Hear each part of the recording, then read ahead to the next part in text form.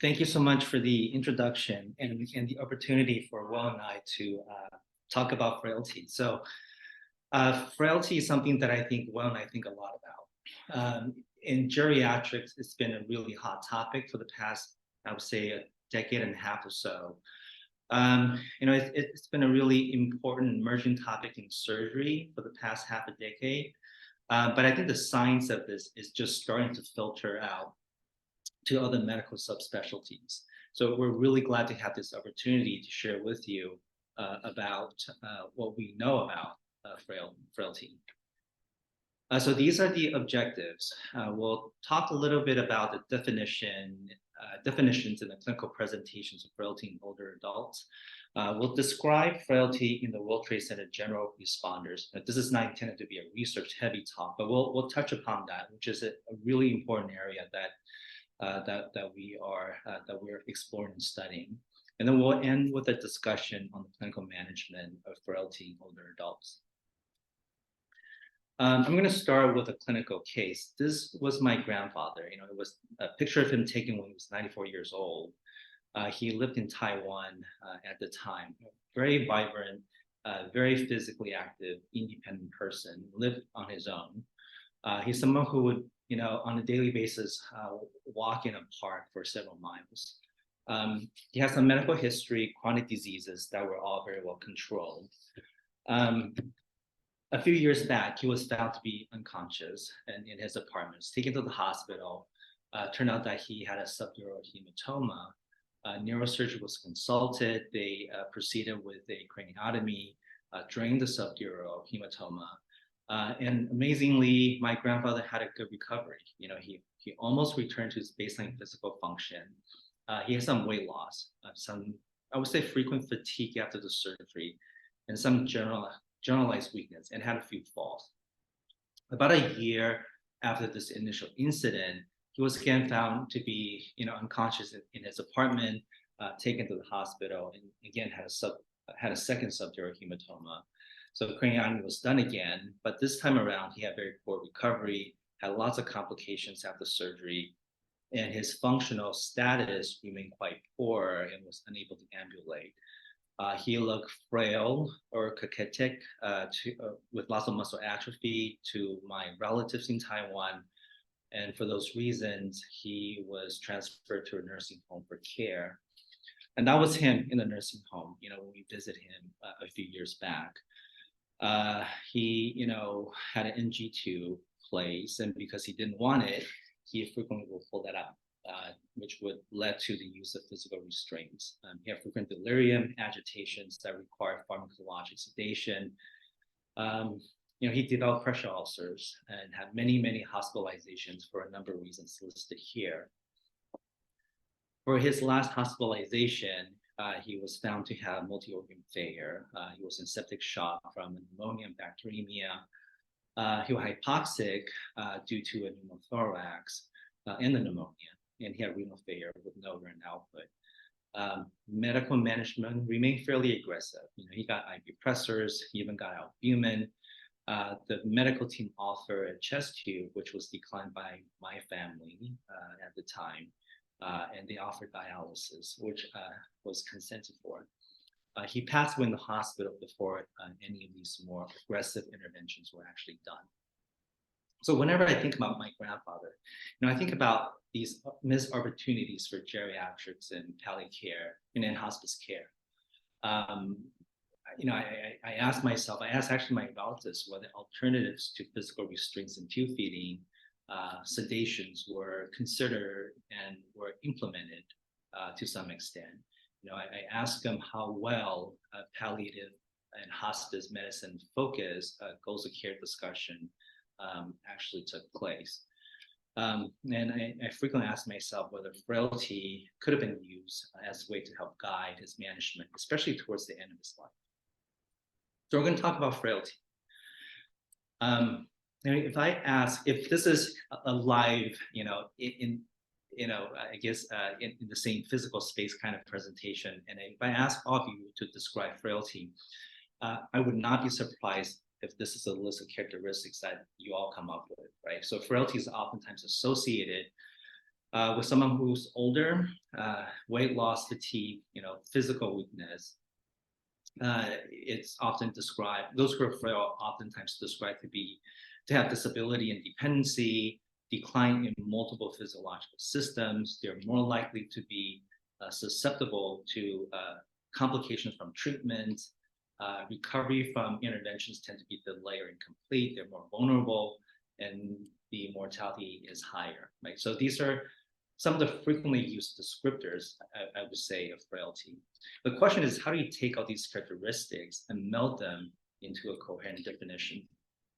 So one of the first attempts to do so took place back in 2004 at a conference hosted by the American Geriatric Society and the NIA.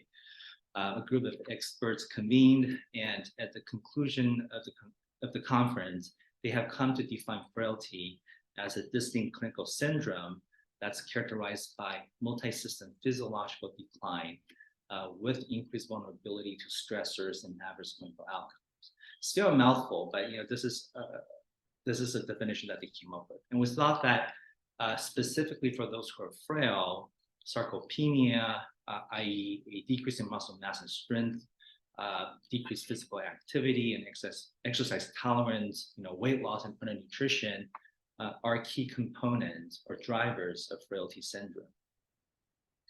So many research groups and investigators have worked on operationalizing a definition for frailty. There are many of them out there. I'm going to cover just two of them. The two major, I would say, groups or definitions of frailty syndrome. The first of which, and I think many of you may have heard, is called the physical frailty phenotype, also called the free definition of frailty. This is probably, I would say, the most tested and validated definition of frailty that you can find in the literature. Dr. Free conceived frailty as a distinct phenotype, and that this phenotype can be characterized by 5 clinical features that are listed here. So unintentional weight loss, weakness as measured by grip strength in the hands, physical exhaustion, slow walking speed as measured by a walking speed test, and low physical activity. Someone who has 3 to 5 of these clinical features is thought to be frail. Someone who has 1 to 2 of these features is thought to be pre-frail. And pre-frailty is an average stage for frailty. The free definition is also called the Hopkins Frailty Assessment Calculator. The reason being that this was developed initially at Johns Hopkins. And I provide some links throughout the talk for your, in case you're interested and you want to look into these tools. So the free phenotype, as I mentioned, is frequently, it's very well validated and tested in many populations. And Will and I, among many of the investigators here at Sinai, are testing and learning about frailty, physical frailty assessment in the World Trade Center general responding population. And Will may touch upon that in a little bit. Central to the idea of the free frailty phenotype is what's called the cycle of frailty. So if you look at these gray ovals here, these represent the 5 clinical features of frailty phenotype. The idea is that each one of these features or oval could be entry point to the frailty cycle, and one could beget another. And then central to this frailty cycle are decreased energy expenditure, decreased metabolic rate, and sarcopenia. This is the second definition that I want to cover. It's also very well validated. There are hundreds and hundreds of studies that have looked at this. And it's called the Rockwood definition of frailty. And Ken Rockwood defines frailty as a deficit accumulation. And what does that mean? Well, frailty in this case is thought to be an average state that's caused by the age-associated accumulation of deficits. So in some ways, it's a reflection of multi-morbid state, but it's really more than that, right? So the vulnerability that you see in frailty is thought to be due to this aggregation of related or unrelated abnormal health conditions or aging-associated conditions. One could tabulate the risk for frailty by calculating what's called the frailty index. And this could be done by identifying such deficits that are identified through a routine comprehensive geriatric assessment, or CGA. And what that is a very, very comprehensive and sometimes long evaluation in which medical psychosocial risk factors and needs of an older adult is actually assessed. So that's a CGA. So these are some of the parameters that are covered by CGA as shown on the left. And you can see that in the frailty index model, characteristics are important. The free phenotype, right, the functional component, the strength, mobility are also included. But then beyond that, cognition is considered, functional status, right, the social environment, and the use of medication, polypharmacy. That's part of the assessment as well. There are many different types of frailty indices out there, many of which have been validated in large cohorts. But I want to show you an example of what this could look like in a clinical setting. So this is taken from the Beth Israel Deaconess online frailty index calculator. And you can see, and I think I cut off parts of it. So there are actually more variables or potential deficits are assessed. But the way this works is that you can check off a deficit if it's present for a patient that you're assessing. You then take the ratio of these affirmative deficits over the total number of deficits that are assessed. The ratio will give a score, a frailty index score. And in this case, the score came out to be 0.256. Generally, a score that's greater than 0.25 is considered to fall within the frailty range. I took this figure from a recent publication from Jeremy Walston, who is really one of the pioneers in frailty studies. And it really illustrates and contrasts the differences between the two definitions. On the left, we have the physical frailty, the free frailty phenotype, which in this case shows that the phenotype, which is here in the center, can manifest in different clinical presentations, right? The 5 clinical features. So there's this outward projection of these clinical presentations.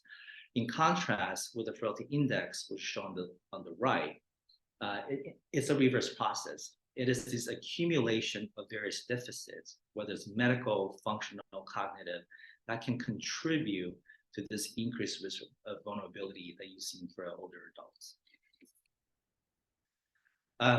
In addition to these two definitions, a number of brief screening or assessment tools for frailty have been developed and validated.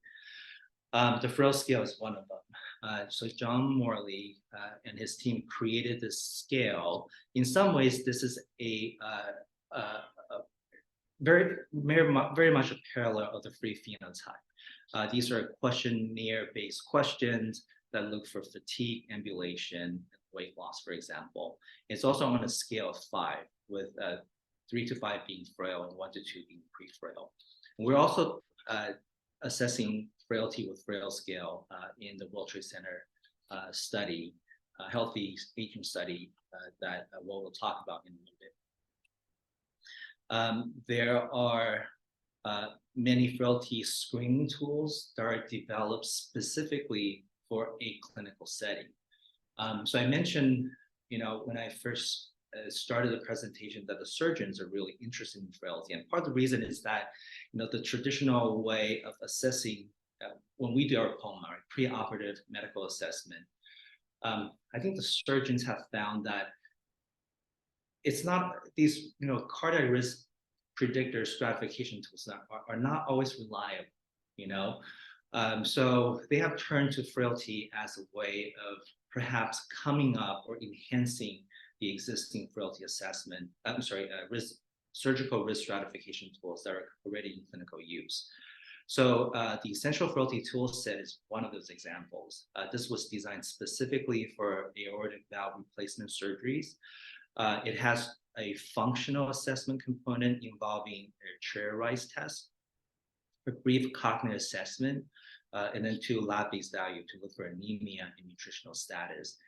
and was found that patients who are about to undergo aortic valve surgery replacement who are frail are more likely to have higher mortality.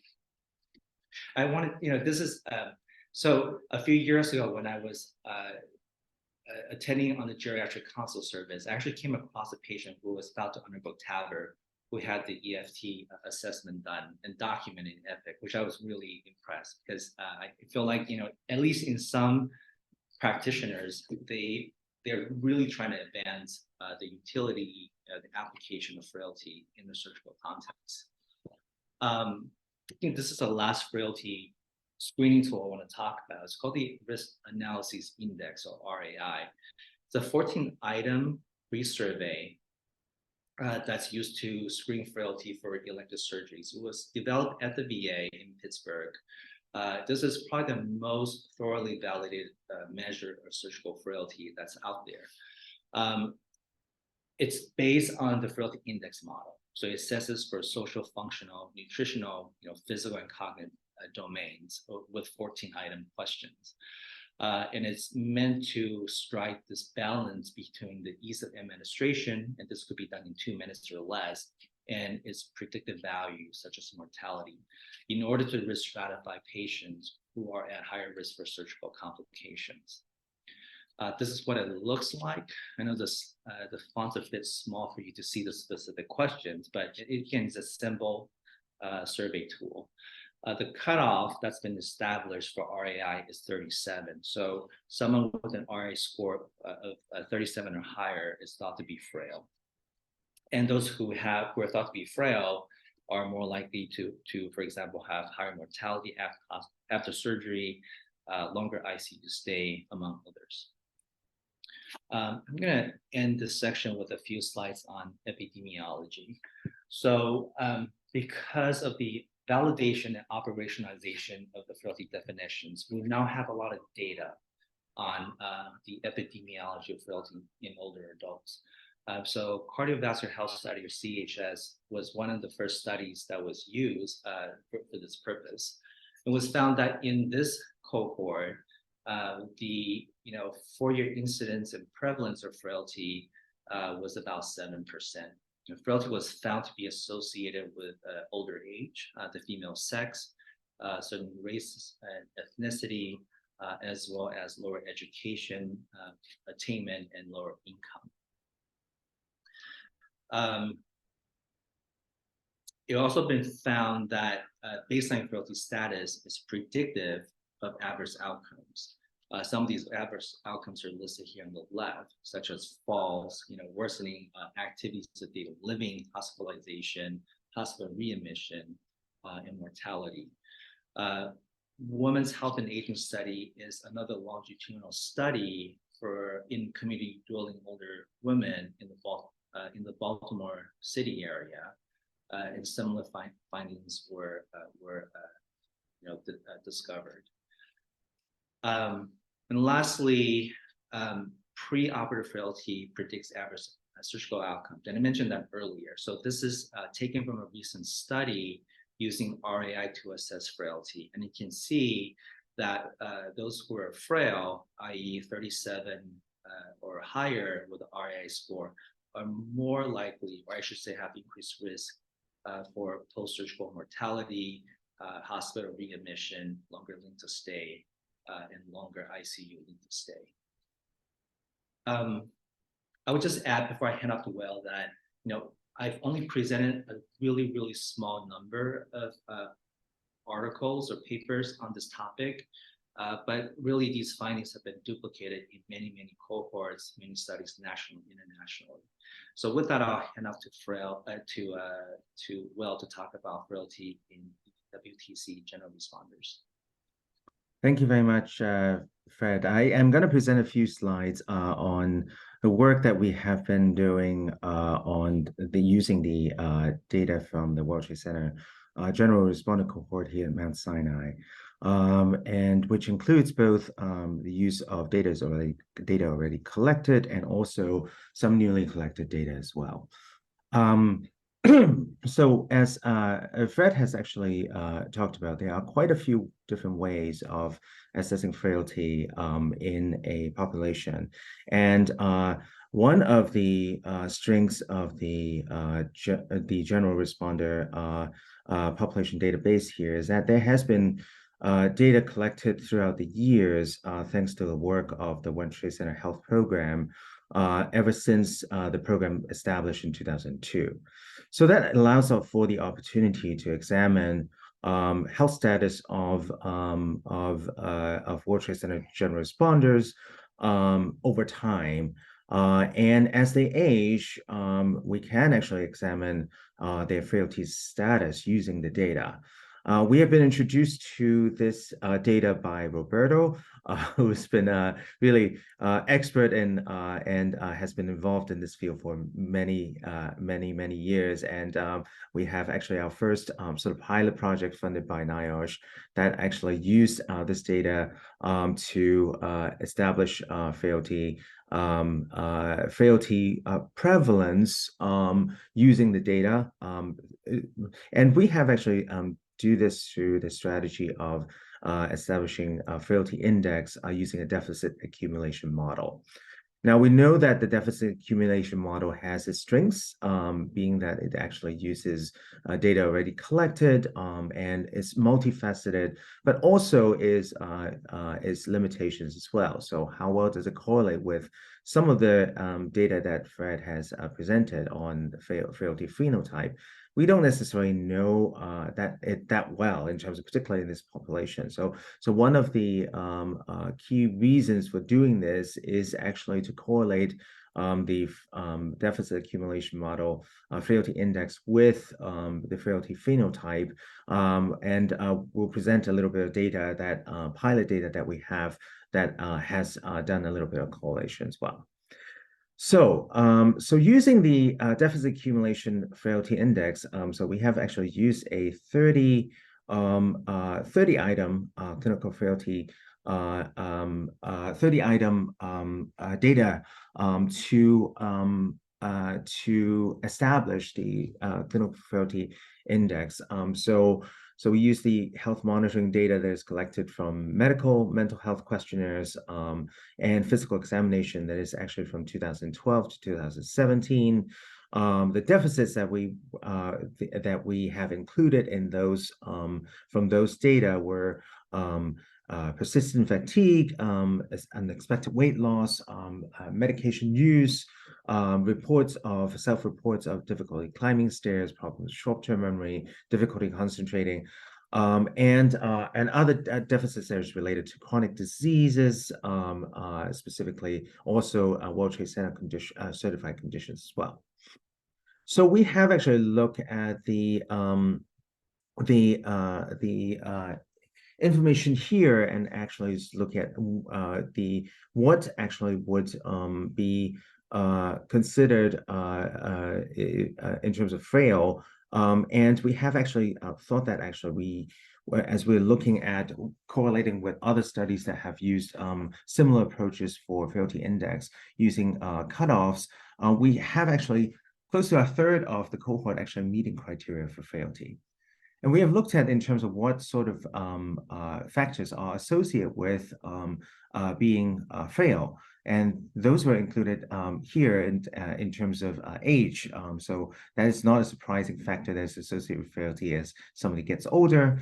9/11 exposure severity, and also occupation as well, particularly higher in certain occupation that has more physical activity, such as construction workers.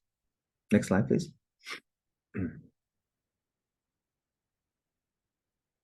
So we do want to look at the frailty trajectories in World Trade Center general responder. Once we have actually established sort of a cross-sectional sort of frailty prevalence, we have actually started to look at in terms of how that progresses over time. So because the World Trade Center Health Program has data over time that we are able to actually establish using the frailty index that's established and actually looked at the trajectories over time. So we applied the latent cluster mix model to model the patterns of change of frailty in the World Trade Center cohort using the clinical frailty estimates over time. And we have used the longitudinal data that is from the monitoring visits from 2004 to 2020. There's a total number of individuals that were included with 17,000 and change. And we have looked at what trajectories came out of the analysis for looking at latent traits. And we found that three distinct trajectories were shown here that has an increase in frailty score over age, and that's not an unexpected thing. But there are different trajectories based on the red group would be actually when they have low frailty score or frailty index in the beginning, and actually also has a very slow and gradual increase over time. That's the red group here on the graph. The green group actually has a low frailty, relatively low frailty in the beginning at younger ages, but increased relatively drastically over time. And then the blue group had the highest frailty score also at baseline, and also actually that have moderately increased over time as well. And these frailty trajectories, what are the factors that actually drive these? They are associated with World Trade Center exposure. They are associated with sex, education, income, and occupation as well. Next slide, please.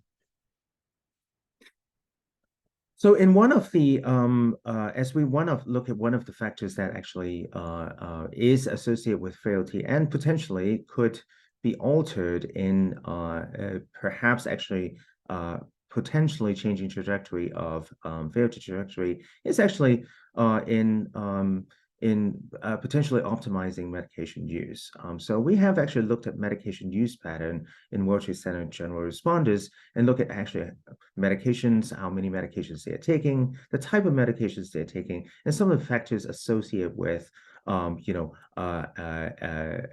associated with actually increased number of medications being used.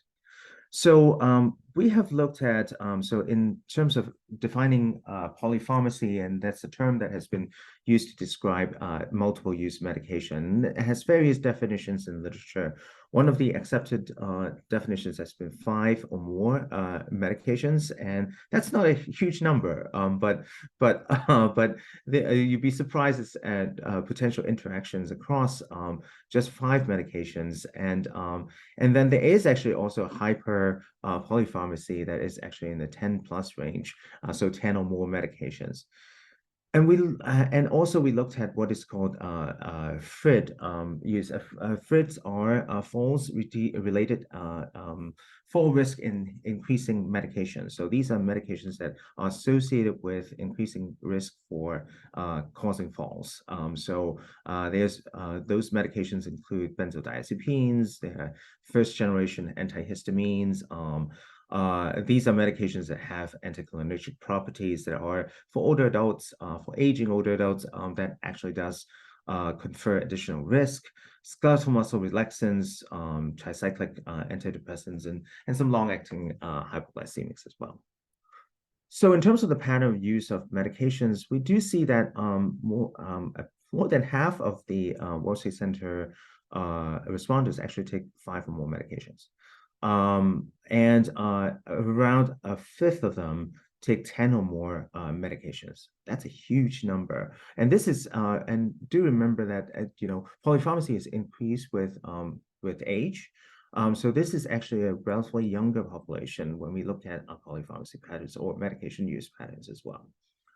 And for fall risk increasing drugs, there are about 8% of people actually taking some of these medications, which may actually be potential targets for thinking about modifications for medication use.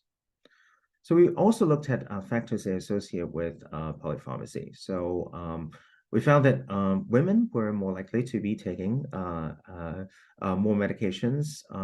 We didn't find particular association with race or ethnicity. Not a huge also association with World Trade Center exposure. There is actually a association with obesity, and a number of World Trade Center certified conditions would be associated with increased use of medications. And lastly, in terms of for frailty index, deficit count for World Trade Center frailty index, that there is an association with deficit count together with increasing medication use. Next slide, please. So, so we have actually, this is actually part of the prospective data collection that we have actually done in the pilot, and we're currently actually ongoing data collection in the current UO1 study that actually will continue for another 2.5 years. So we are actually looking for folks to refer to us, folks to World Trade Center general responders for collection of this data as well. But this is actually some of the pilot data that we have looked at. The main thrust of this approach is first actually to correlate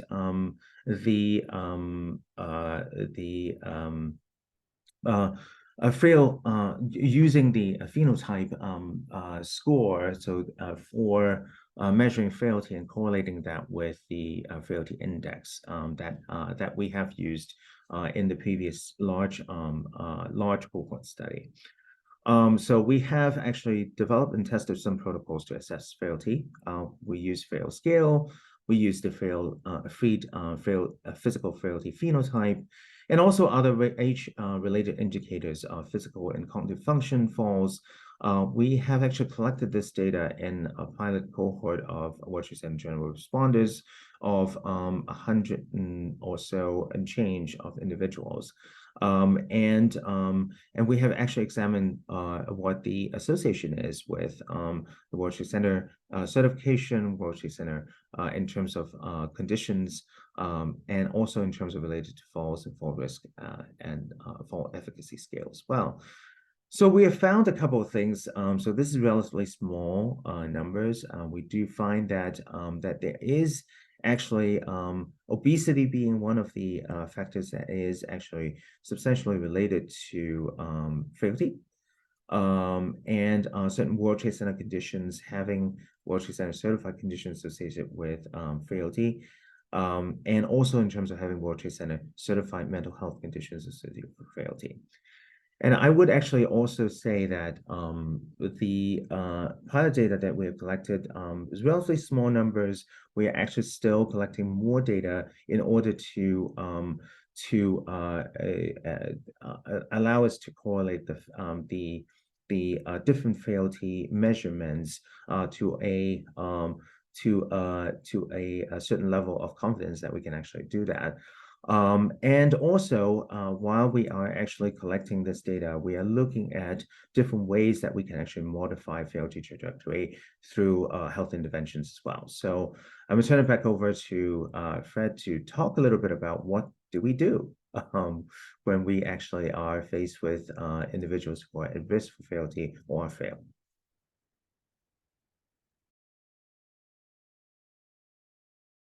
Thanks, Will. I just realized that we got so excited in the moment to be able to present to the group that we have so many slides. So I'm gonna fly through the next section rather quickly so that we can have a few minutes to hopefully answer some questions. But I'm gonna focus on how we could provide care for older adults who are frail. So the clinical care of frail older adults have, I would say, many challenges. Frailty occurs in a broad spectrum, right? So that makes the screening diagnosis sometimes difficult. Patients who are very frail especially tend to have high medical psychosocial complexity. As you could see by now, there's a lack of a gold standard definition for frailty. There's also a lack of definitive therapy. And there's no consensus treatment guideline that's universally accepted. So these are some of the challenges that I think makes the treatment, the care of frailty a bit more difficult. But that being said, there's a framework that we could use to think about frailty management. So if this arrow indicates increasing frailty, screening can always be done early, right? To try to detect and diagnose and spot those who may be frail. Geriatric type of care, including goals of care discussion, symptom management should always be part of that conversation. Exercise interventions and patient-centered interdisciplinary care models have really been shown to be helpful in either reducing some of these characteristics of frailty or adverse outcomes associated with frailty. And this should be part of the care process. And then in older adults who are very frail, severely frail, palliation and hospice care are entirely appropriate and should be part of their care. I'm going to talk a little bit about exercise interventions. You would recall this from earlier, right? So the gray ovals are different clinical features of frailty in the phenotypic definition of frailty. Well, these characteristics can all be reduced or mitigated to some extent through exercise interventions. And that's been shown over and over in the literature with both aerobic and progressive resistance training, or PRT interventions. So I'm just going to show, I think, one study, one of the seminal studies on PRT. This was done by Chrissy Liu and Nancy Latham in Boston, and they looked at whether physical outcomes in older adults could be impacted by PRT. 121 randomized controlled trials were included in this meta-analyses. There are different types of interventions that were done, but most of them were done two to three times per week for about 3-month period. The intensity tend to be favoring on the higher side for PRT. The modalities for exercise were different. Some use machines, some use free weights, some use elastic bands.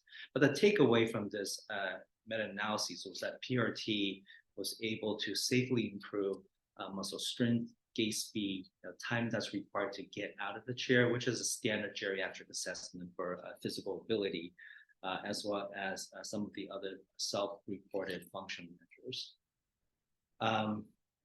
I have 2 slides about frailty and exercise intervention. So when I think about frail older adults, those who are most frail, I think about those who are institutionalized or those who are homebound. So this is one of those classic study in exercise intervention in nursing home patients. In this specific study, high intensity PRT was done in the lower extremities over a span of 10 weeks, 3 sessions per week. And 2 to 3 sessions per week is fairly standard for these type of exercise intervention studies. It was found that in nursing home patients averaging 87 years old, with the intervention, they had an improvement in muscle strength and gait velocity. And this is a separate study done by Tom Gill at Yale, looking at exercise interventions in patients who are homebound. So the intervention was a 6-month home-based PT program that was coupled with PRT using elastic bands. And this intervention was found to reduce the functional decline over time in older adults who are homebound. So I think there's a lot of rationale to do an exercise prescription for older adults who are frail. I mentioned some of the reasons already that are listed on the slide, but I would say that despite what we know, there's really no consensus treatment guidelines that are being widely used in terms of prescribing exercise in this population. In lieu of that, Roger Fielding and Chrissy have suggested that the U.S. Department of Health and Human Services physical activity guidelines may be used as a guide. And as we all know, this is a program that calls for about 150 minutes or more a week of moderate intensity aerobic exercise that's coupled with resistance training involving major muscle groups on some days of the week. I know that's easier said than done, right? Because I mentioned earlier that frailty in older adults exists in a large spectrum. So clearly not everyone can adhere to that recommendation. So I think, there are other things that we must consider so that we can tailor the intervention that we recommend to the patient more, I guess, appropriately. So parameters that should be considered would include, duration, intensity, frequency, and modality of exercise. So, I think exercise machines tend to be user-friendly and could be used by many older adults. That being said, they're not always available, right? They're not easily available at home. So there's the inconvenience factor. So, elastic bands may be a really good substitute. And there are exercises involving all major groups using elastic bands that can be done in home setting. So that's what I mean by, considering these different parameters. There are different ways of identifying a modality, a way to prescribe exercise that I think can best suit the needs and the resources available to the patient. I think we all know that structured exercise training and supervised training can really help with adherence. I think the data for that is, more than sufficient. But I think as a provider or providers, we ought to figure out how to get these programs, how to present these programs to our patients, how to link up our patients to these resources. And that there's a lot of group exercise programs in the community, in adult daycare centers, senior centers. So the question really is, how do we pinpoint these resources and link them up with our patients who we are caring for? And that's where, having an interdisciplinary team, having a social worker on staff who is well aware of these resources could be helpful. Supervised training is helpful, as I mentioned. So, involving caregivers as part of the exercise regimen could be helpful. Getting therapists to go to the patient's home for home PT/OT, that could be helpful as well. So there are things of this nature that I think we should think about when it comes to making recommendations for exercise interventions in older adults who are frail. I added this last slide on exercise really to show where the knowledge is at the moment. There's a number of clinical trials being done looking at multi-component exercise interventions in frail older adults, this being one of the earliest ones. And I think it's a good illustration of what I think exercise interventions would look like in the future. So it's multi-component. There's always some combinations of PRT and aerobic exercise. There's a lot of proprioception, stretching kind of exercise that's incorporated into modality as well. And that's shown here. In this specific program, elastic bands were used, stair climbing and walking were intended for aerobic training. And the schedule is shown here. You can see that for the PRT, right, the degree of intensity is increased over time. But just keeping in mind, because more papers will come out in the coming years about these specifics, of the interventions themselves and their potential impact and outcomes. I'm going to fly through the next few slides. These are focused on patient-centered interdisciplinary care models. So this is a model that's frequently used in geriatrics. And it's been shown for decades now, this type of intervention could be helpful in reducing some of these adverse outcomes that's associated with frailty. So for those of you who may not be as familiar with this type of model, I think this slide sort of captures the essence of it. So what this modeling involves is having a team of interdisciplinary providers, including physicians, nurses, nursing staff, social workers, therapists, nutritionists, among others. And the idea is that a geriatric-focused assessment addressing medical, psychosocial risk factors and needs in those domains are part of the assessment process. And then as a team, right, the team synthesizes that information and come up with treatment plans. And the objective interventions are many, and listed them here on the left. And they could be patient-centered treatment goals and care plans. They could be setting goals of care. Frequently, that would involve, for example, improving or maintaining physical and psychological function, reducing hospitalization is a frequent goal as well. So there's a number of those that are listed here on the right that we often talk about in this care setting. This kind of intervention can be delivered both in an inpatient, outpatient setting. Some of those are listed here. In the introduction to MACE was mentioned, so that stands for Mobile ACE service, and that's one of such interventions that's been shown to be helpful in reducing adverse outcomes in older adults. The classic example is the ACE unit, acute care for the elders. This is a type of geographical physical setting within a hospital unit where the environment is prepared. The hallways are uncluttered. There are frequently handrails on the walls to encourage the patient to ambulate, right? Early ambulation in hospital setting. There are frequently large clocks on the wall to help with orientation. Many of the interventions have protocols that focus on, independence or preservation of function. And this type of intervention has been shown to be able to improve one's ability to perform daily functions, as well as decrease discharge to an institution after hospitalization. I just want to quickly talk about this. It's a program looking at how CGA could impact the care of older adults. It's meta-analyses of 28 controlled trials, one of the seminal studies in this area. And the study looked at programs that are both in the inpatient setting, consultative service, CGA done in the home setting, care transition model, and outpatient clinics.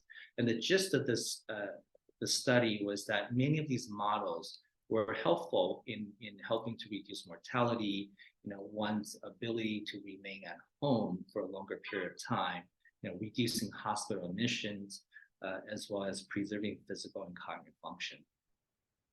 So I think, patient-centered team models really are helpful. And I think being able to incorporate this kind of intervention when feasible could be beneficial to our older, frail patients. I have a few slides just to touch upon some of the other important aspects of care for frailty. Screening has been mentioned. And the reason why I think that's important is because frailty could be missed. I think in my grandfather's case, he probably had some signs of frailty that just was never picked up. So early screening of frailty probably could have been helpful in identifying that earlier, and perhaps using that as a way to bring resources that he would have needed to help him age successfully at home.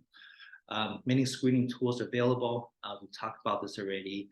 And currently, Will and I and our team is looking at assessing frailty with all three of these tools in the general respondent population in different capacities. I'm going back to surgery again because I feel like in terms of all the specialties, surgical or medical specialties that are involved in the care of older adults, I think the surgeons have really pushed this forward, incorporating frailty assessment into their practice. So there's an idea called the surgical pause that Dan Hall from Pittsburgh is really disseminating. And the idea is that before surgery, do a frailty screening. For older adults who are identified to be frail, the surgery should be paused so that the patient could be referred to an interdisciplinary team of specialists to do risk stratification. For patients who are very, very frail, a referral to palliative medicine for consultation on goals of care could be helpful to align the patient's values and goals. For patients who need some tinkering, to help them optimize for surgery, perhaps preoperative exercise or prehabilitation could be introduced in that capacity to get the patient more ready, so that they can undergo surgery and hopefully have fewer adverse outcomes. Symptom management is key. So weight loss is common. So, and we do this all the time in geriatrics, right? If a patient has weight loss, we could introduce interventions such as liberalizing diet, varying the texture and flavor of foods, among others, to sort of encourage appetite to increase oral intake. And then for physical exhaustion, there are things that could be done just by altering the environment that could really significantly reduce energy expenditures, and that could be incorporated as well. And lastly, for older adults who have severe frailty, as I mentioned, palliation is appropriate, and that should be introduced. And palliative care really captures the essence of CGA and everything we talked about so far, and that's summarized here. So going back to my grandfather, right? I think in his case, before the subdural the first one has occurred, frailty screening, some of these things that we talked about should have been part of his care. As he had, increasingly more medical and surgical, issues, limitations, and challenges, other effective means of intervention should have been incorporated. So in summary, frailty is a geriatric syndrome that identifies the most vulnerable subset of older adults. It is common in general responders. Exercise intervention, team-based care could be helpful in their management and should be incorporated. I think clinicians should always be cognizant of frailty in older adults and incorporate appropriate screening and other measures into their care. So, I just want to acknowledge some of the current team members for the World Trade Center Successful Aging Study who are listed here. Also want to acknowledge GRDC and many of the World Trade Center Health Program stakeholders, the leadership for supporting the study. And our study is only possible because we have an advisory board, the members of which are listed here to really help us, guide us with the study implementation. So with that, I will end our presentation. Again, putting another plug about our study. If you have patients who's 50 years or older who speaks English, who seek monitoring treatment care at the Mount Sinai site, please redirect them should they be interested in learning more about our study. So thank you so much.